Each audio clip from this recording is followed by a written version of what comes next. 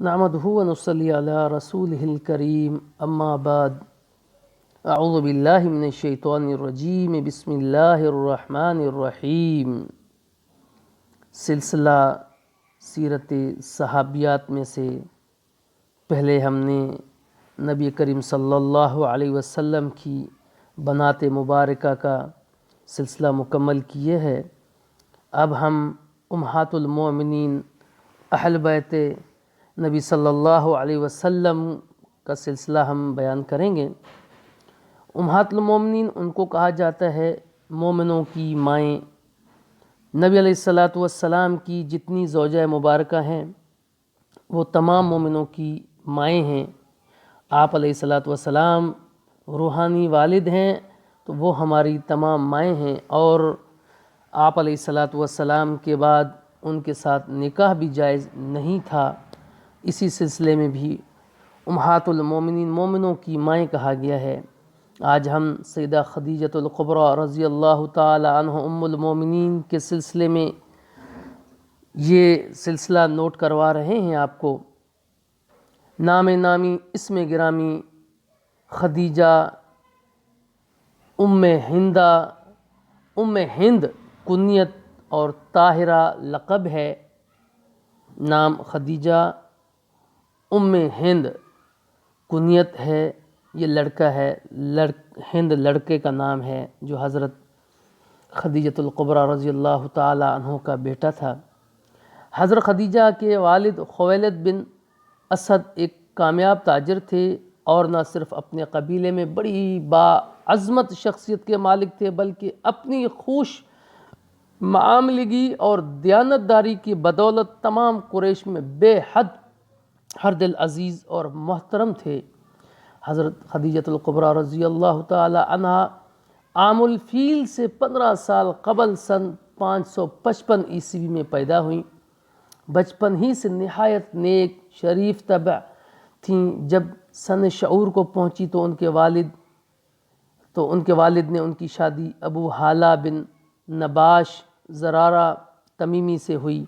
ابو ہالہ سے ان کے 2 لڑکے ہوئے، ایک کا نام ہالہ تھا جو زمانہ جاہلیت میں ہی مر گیا، دوسرے کا نام ہندہ تھا۔ بعض روایتوں میں کے مطابق ان کو شرف صحابیت بھی حاصل ہوا، اور ان کا نام اس میں بھی آتا ہے کہ اسلام کے سب سے پہلے شہید جو ہیں ہالہ ہیں، جو حضرت خدیجہ کے بیٹے تھے۔ نبی علیہ السلام کو کفار مکہ سے چھڑواتے ہوئے کہتے ہیں کہ شہید ہوئے ہیں۔ اور ہندہ کا بھی کہا جاتا ہے کہ ہند بھی مسلمان ہوئے ہیں بعد میں، واللہ اعلم بالصواب۔ ابو ہالہ کے انتقال کے بعد حضرت خدیجہ رضی اللہ تعالی عنہ کی دوسری شادی عتیق بن عابد یا عائد مخزومی سے ہوئی۔ ان سے بھی ایک لڑکی پیدا ہوئی جس کا نام ہند تھا۔ کچھ عرصہ بعد عتیق بن عابد بھی فوت ہو گئے۔ ہند لڑکی کا نام بھی آ رہا ہے مختلف تاریخوں میں، اور ہند لڑکے کا نام بھی آ رہا ہے۔ تو یہاں پہ یہ چیز نوٹ کیجئے گا، بہت سارے پہ شکوک شبہات میں آ جاتے ہیں کہ ہندہ تو نام آتا ہے حضرت امیر معاویہ رضی اللہ تعالی عنہ کی والدہ کا، یہ ہند نام پہلی مرتبہ سنا ہے، تو یہ مختلف تاریخوں میں مختلف باتیں ہیں۔ ایک روایت کے مطابق حضرت خدیجہ کا تیسرا نکاح ان کے ابن عم سیفی بن امیہ کے ساتھ ہوا، اور ان کے انتقال کے بعد انہیں جناب رسول اللہ صلی اللہ علیہ وسلم کا شرف زوجیت حاصل ہوا۔ لیکن اکثر روایتوں میں کہ حضرت خدیجہ رضی اللہ تعالی عنہ کا تیسرا اور آخری نکاح آپ علیہ السلام سے ہوا۔ نبی کریم صلی اللہ علیہ وسلم کی حبالہ زوجیت میں آنے سے بیشتر حضرت خدیجہ اپنی بیوگی کے ایام خلوت گزینی میں گزار رہی تھیں، اور اپنا کچھ وقت خانہ کعبہ میں گزارتی تھیں، کچھ وقت اس زمانے کے معزز کاہنہ عورتوں میں صرف کرتیں، اور ان سے زمانے کے انقلاب پر وقتاً فوقتاً بحث کیا کرتیں۔ قریش کے بڑے بڑے سرداروں نے نکاح کے پیغامات بھیجے، لیکن انہوں نے سب رد کر دیے، کیونکہ پے در پے صدمات نے انہیں طبیعت دنیا سے اچاٹ کر دی تھی۔